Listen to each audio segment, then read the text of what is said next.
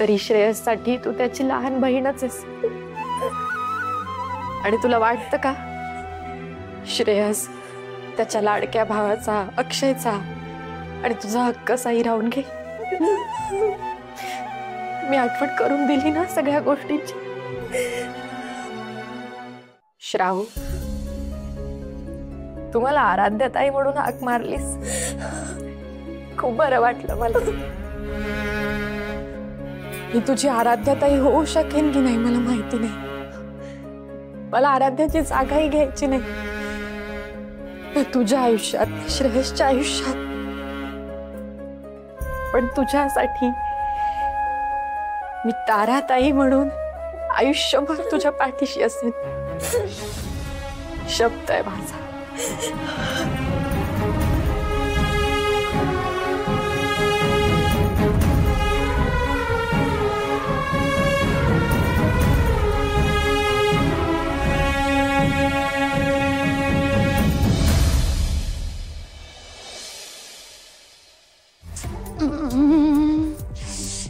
कसलाच आवाज काय येत नाही अजून, काहीच कसं घडत.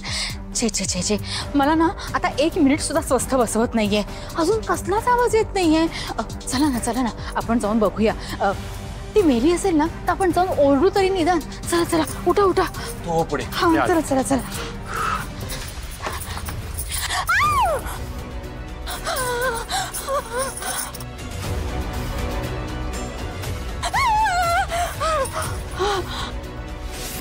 हो, काय झालं? एवढं का ओरडताय तुम्ही? मी आहे श्रावणी.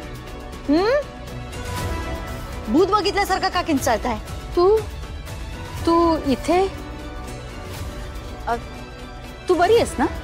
हो, मी बरी आहे. मला काय होणार आहे? पण तुम्ही बऱ्या आहात ना? नाही, किंचाळलात म्हणून विचारते. आपलं नाही, मी बरी आहे. तुझा चेहरा जरा उतरल्यासारखा वाटला म्हणून विचारलं. हो, आता चेहरा उतरणारच ना. कारण मरणाच्या दारातून वाचून आले.